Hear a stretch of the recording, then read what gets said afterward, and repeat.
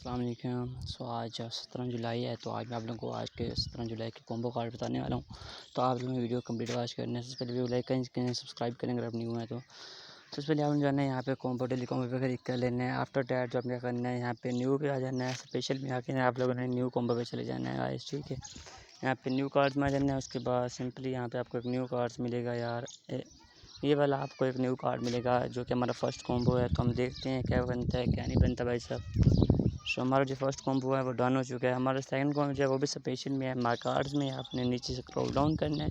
अभी मैं आप लोग कह रहा हूँ कि चैनल को सब्सक्राइब लाजमी कर दें आप लोग। ये वाला हमारा सेकंड कॉम्बो है, वो है 14 में सब्सक्राइबर्स टीजी लीडर हमारा सेकंड कॉम्बो है। ये वाला अगैन बता दूँ, हमारा थर्ड कॉम्बो जो है वो भाई साहब नीचे से स्क्रॉल डाउन करें NFT कलेक्शन।